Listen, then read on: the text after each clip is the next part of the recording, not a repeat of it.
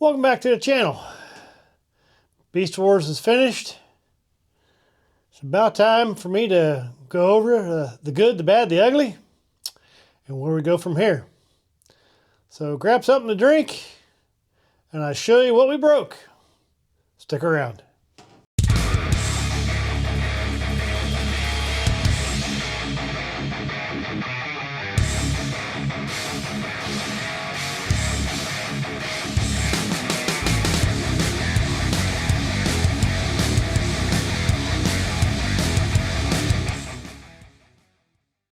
Well, welcome back. First and foremost, it was good. My son and I and my daughter-in-law, we had a blast, absolute blast. Could not have asked for a better group of people to have fun with, be in the woods, breaking, having troubles. I didn't see anybody get angry. There may have been a few shrugs, mainly my own. But those are my own doing, which I'll go over here in a little bit. But Matt and Hope and Josh put on a wonderful event. I'd do it again in a heartbeat. Maybe learning a little now that maybe going to the full custom chassis was probably not untested, was probably not the best idea. But that said, you know what? I'd probably do it all again anyway. So let's go over my list and tell you what happened. So what did we break? Well, as you saw in the videos, I didn't limit the up travel enough in the front. And my truss said hello to my oil pan, which also smashed one of the transmission lines in between. So we cracked that line. We obviously pushed the pan up into the rods, and we had to fix that. We also, saw somehow the motor shifted. I know I forgot 2 bolts in the front motor mounts, but that shouldn't have allowed it to pivot, but maybe it did. We put those bolts in the second day, and I didn't have any further issues.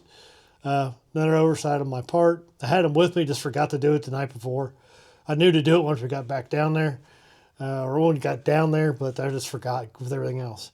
My bad. From there, when you saw day 2, when you hit Walden's Ridge, what happened? What happened was me. 100% my fault.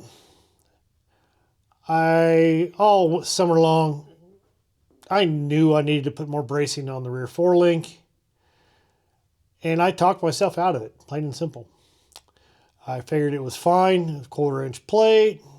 It can't be that much force to torque this, to bend it. Sure enough, it did.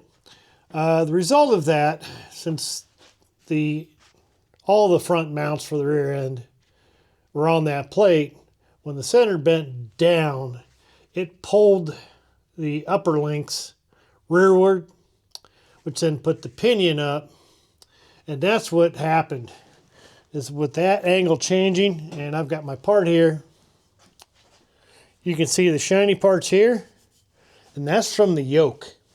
So what happens, it went up far enough that when this thing was rotating and articulating, it literally pried itself apart.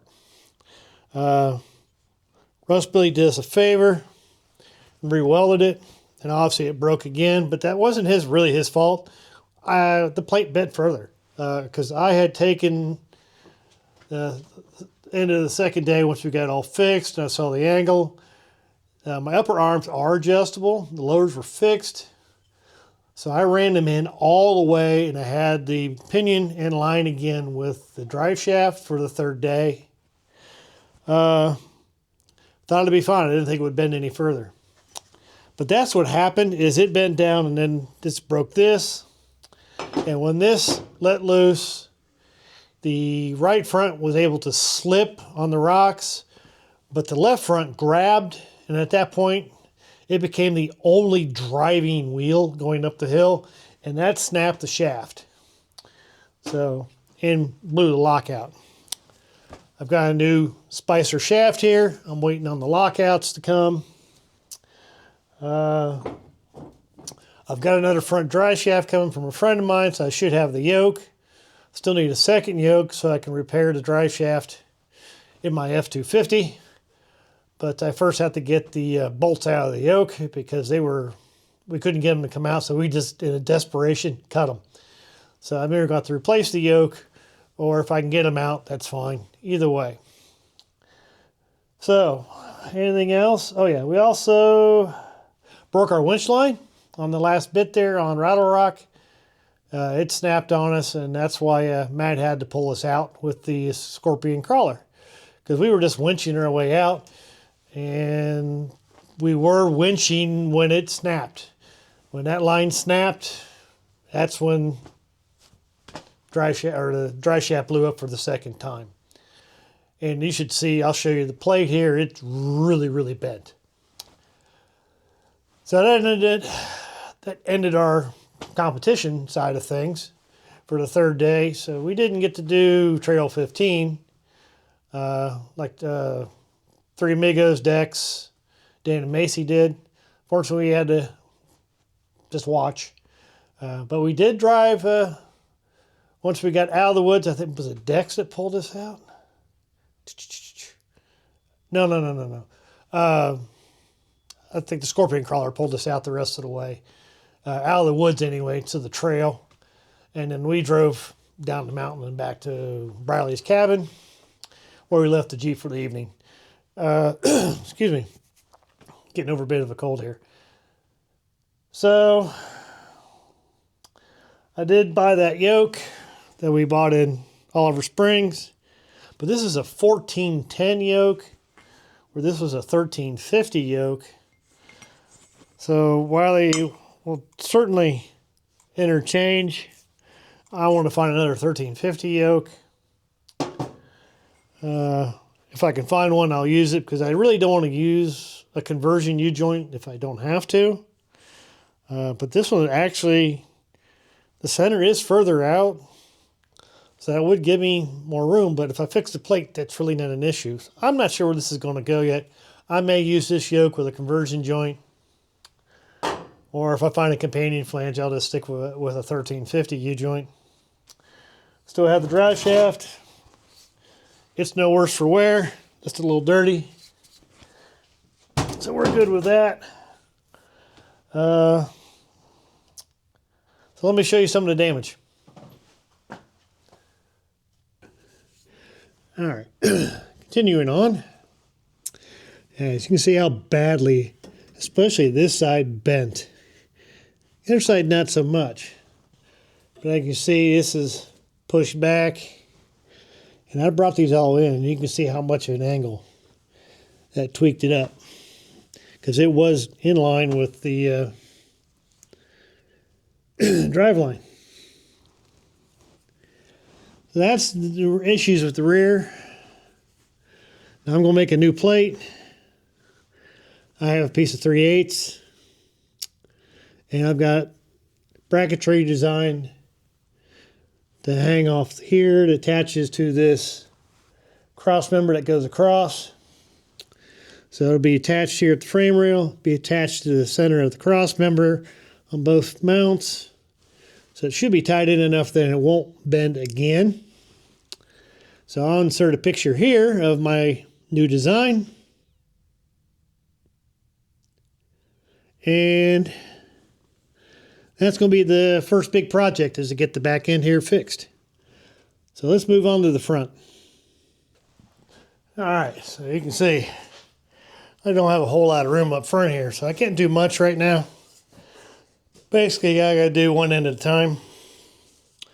But as you can see, I've got the front end apart, radiators out, and I'm looking at getting this hydro boost sorted out here. It's one thing I didn't get done. I need to check my full sweep to see if my 6-inch ram will actually work. If it won't, I'll buy an 8-inch, probably from Surplus Center, and then make a bracket. But right now I'm just test fitting. And this was the issue I was running into, was see how it would be banging into the crank. So what I'm going to do is the engine is going to get moved up. I'll probably, I'm not sure how about I'm going to do this. I think I can do it with the engine in. I'm just going to have to chain the engine up, take it off its mounts, take the mount off the motor. So I have room, and I'll cut the brackets off, make new brackets, weld them in, and set the motor back down about 1 inch higher than it is now. That should be in itself to be enough to keep the pan from hitting again. Like I said, we did put some squishy balls in here, and they helped somewhat, but I need to get a proper setup here. I need either more hockey pucks on the cheap side, or I need to extend it with some steel pipe and fewer hockey pucks. But somehow I need to limit my front end so it doesn't do it again. And I'm also going to add spacers all the way around. I believe they're the ones that we're looking at were like 3/4 inch urethane spacers to put on top of the spring. One I think will help quiet it down a little bit because they're just making noise, even though they are bolted down. They really should be making a ton of noise, but either way, just add a little bit more height to it. I think you could use it. Again, this side I need to rebuild with the new outer shaft and the lockout. Brakes need bled one more time because I think this front right brake isn't working as well as it should. So that's what I'm working on front. I've also got some relocation brackets that'll replace this. I want to put the alternator up here for several reasons. One is just to get it up further away from the water, grime and mud, because I've seen too many of these just get wiped out. You get in a mud pit, mud splashes up, gets all over the alternator, and just grinds itself to pieces. Like I said, I got the fan all completely off here. I think I'm going to go to dual electric fans, and I might just use a second of the secondary fan. Just move the bracket over on the new radiator, or weld one on, cut one off the old radiator and put one on, and do that. Use a Nissan fan controller. It's got a dual output. It's a pulse width modulated, and I'll have to figure out some sort of temperature and controller to work. It'll work without a computer. You can just ground the input, but the fans run at full speed constantly. I'd like to be able to run them up and down as needed. So that's in the works. Like I said, the alternator going up here. Other than that, this gets a good cleaning. Need to replace the transmission lines, and I'll probably go to full braid just for the convenience of it, and add a cooler. Keep the transmission nice and cool. Anything else I got thinking while I'm thinking here? I don't know. Hold on a second. Let me think something.